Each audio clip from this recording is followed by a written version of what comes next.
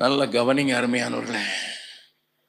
திருப்பங்கள் 21வது அதிகாரம் 15, 16, 17. துருத்தியில் இருந்த தண்ணீர் செலவழிந்த பின்பு அவள் பிள்ளையை ஒரு செடியின் கீழே விட்டு பிள்ளை சாகிறதை நான் பார்க்க மாட்டேன் என்று எதிராக அம்பு பாயும் தூரத்திலே போய் உட்கார்ந்து சத்தமிட்டு அழுதாள். தேவன் பிள்ளையின் சத்தத்தை கேட்டார். போதும். Even the mother left the boy. My God says, I heard his voice. Unconscious இருந்தா கூட கர்த்தர் உன்னை குறித்து ஒரு நோக்கம் இருந்ததுன்னா அவர் காதுல உன் சத்தம் போய் விழும். பக்கத்துல கை பிடிச்சு சொல்லுங்க. இங்க சாகிற மாதிரி கிடக்குறான், சொல்லுங்க.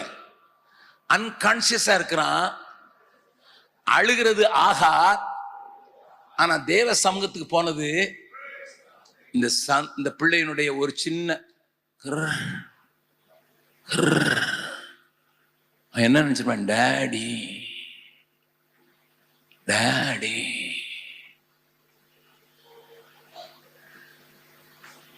அன்கான்சியஸ் ஆனா கூட பிள்ளைக்கு அப்பா மன்பு மறக்கல. Daddy daddy. உண்மையான டாடி வர்றாரு. உறவுள்ள டாடியை காணும். உண்மையுள்ள டாடி வர்றாரு. I heard the voice. என் ஆண்டவருடைய அன்பை நினைச்சாலே உள்ளம் எல்லாம் உருகுதையோ உத்தமனை நீனை கையிலே உம்மை அல்லால் வேறே தெய்வம் உண்மையாக இல்லையே. கள்ளன் என்றும் தள்ளிடாமல் அள்ளி என்னை அணைத்தவா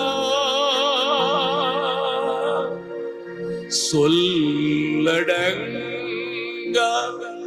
நேசத்தாலே சொந்தமாக்கி கொண்டீரே. எத்தன் என்னை உத்தமனாக சித்தம் கொண்ட என் இயேசுவே, எத்தனை நான் துரோகம் தான் செய்தே அத்தனையும் நீர் மன்னித்தீர்.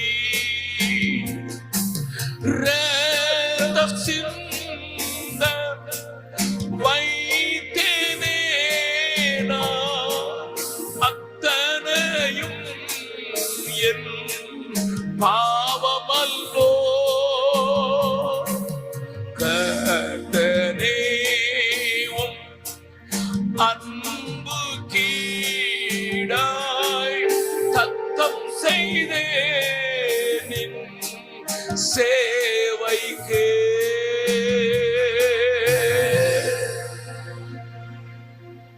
என் வேதம் சொல்லுகிறது. அடுத்த வசனத்தை வாசிக்கலாம். தேவன் பிள்ளையின் சத்தத்தை கேட்டார். தேவதூதன் வானத்திலிருந்து ஆகாரை கூப்பிட்டு, ஆகாரே, உனக்கு என்ன சம்பவித்தது? பயப்படாதே, பிள்ளை இருக்கும் இடத்திலே தேவன் அவன் சத்தத்தை கேட்டார். நீ எழுந்து பிள்ளையை எடுத்து அவனை உன் கையினால் பிடித்து கொண்டு போ, அவனை பெரிய ஜாதியாக்குவேன் என்றார். கரங்களை தட்டி ஆண்டவர் மகிமைப்படுத்தலாமா? Here is a rejected piece. Here is a dejected piece. He is an unwanted baby. 4 வயசு பிள்ளைய ஒரு CEO ஆஃப் a company தலைவனை போட்டு கொன்னுட்டான்னு நியூஸ்ல பார்த்திருப்பீங்க. கொன்னுட்டு பையில எடுத்துட்டு கோவாக்கு போனாலாம். இன்னும் முழு விவரம் தெரியல.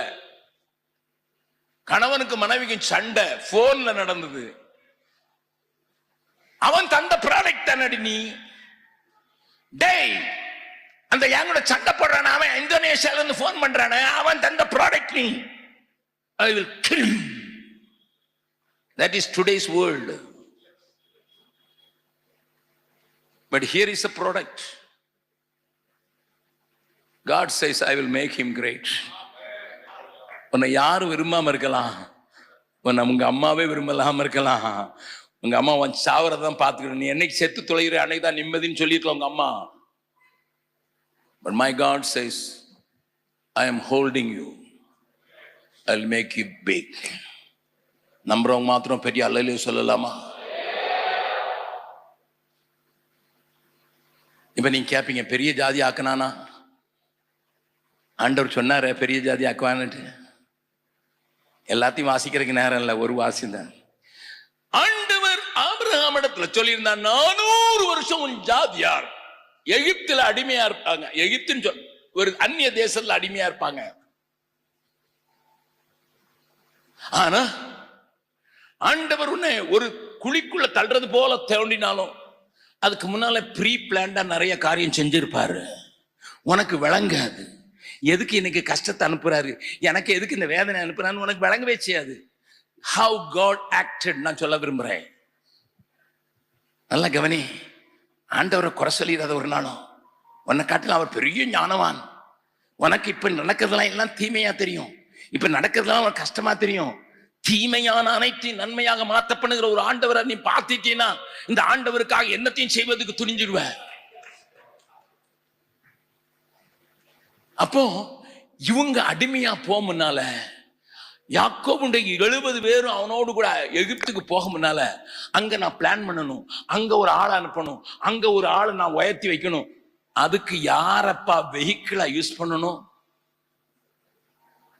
இந்த ஊர்ல இருந்து அந்த ஊருக்கு நான் உபயோகப்படுத்த போற பாத்திரத்தை சுமந்து கொண்டு போகிற ஒரு ஆளை ரெடி பண்ணணும்னு சொல்லிதான் வாசிக்கலாம்.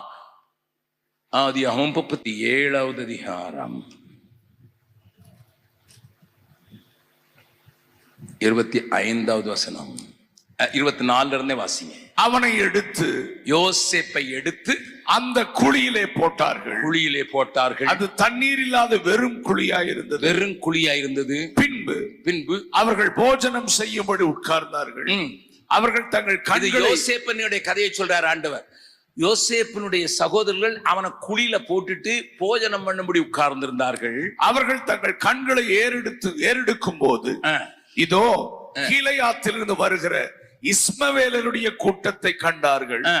அவர்கள் எகிப்துக்கு கொண்டு போகும்படி கந்த வர்க்கங்களையும் பிசின் தைலத்தையும் வெள்ளை போலத்தையும் ஒட்டகங்கள் மேல் ஏற்றி கொண்டு வந்தார்கள். அப்பொழுது யூதா தன் சகோதரரை நோக்கி, நாம் நம்முடைய சகோதரனை கொன்று அவன் ரத்தத்தை மறைப்பதினால் லாபம் என்ன? அவனை இந்த இஸ்மவேலருக்கு விற்று போடுவோம், வாருங்கள். யாரு நல்ல கவனிங்க, இதை நான் கதை சொல்ல விரும்பல, உங்களுக்கு தெரியும். யாரு கையில போட்டா கொடுத்தாங்க? யார் இந்த இஸ்மவேலர்? இந்த இஸ்மவேலுக்கு ஆண்டவர் பெரிய ஜாதியாக்கவும் வரல, உன்னதாண்டா தேசங்களை உலகத்தை காப்பாத்துறதுக்கு வெஹிக்கிளா உபயோகப்படுத்துறதுக்கு தான் உன்னை உபயோகப்படுத்த போறேன். ஹல்லேலூயா. உலகத்துல ஒரு பெரிய பஞ்சம் வரப்போகுது, உலகமெல்லாம் அழப்போகுது. அந்த உலகத்துல வர்ற பஞ்சத்தை ரட்சிக்கிறதுக்கு ஒரு ரட்சகன் உண்டாகணும். அந்த ரட்சகனாகிய யோசேப்பை சுமந்து சொல்ற வெஹிக்கிள் நீனா. எத்தனை பேர் நம்புறீங்க இந்த உலகம் அழிய போகுதுன்னுட்டு?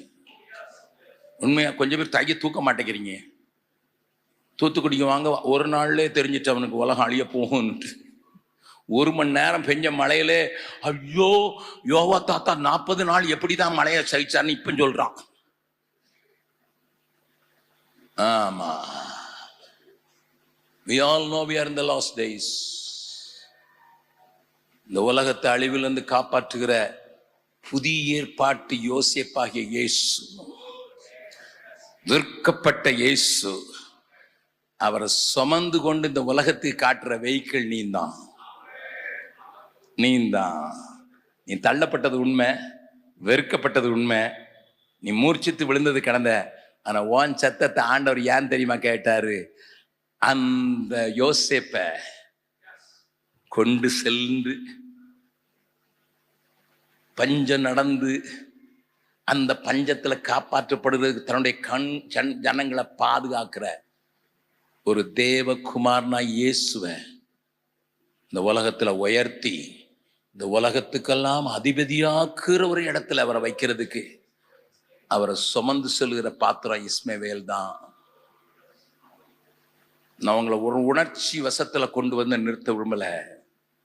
I want you to understand the truth behind it. My Bible is a beautiful book.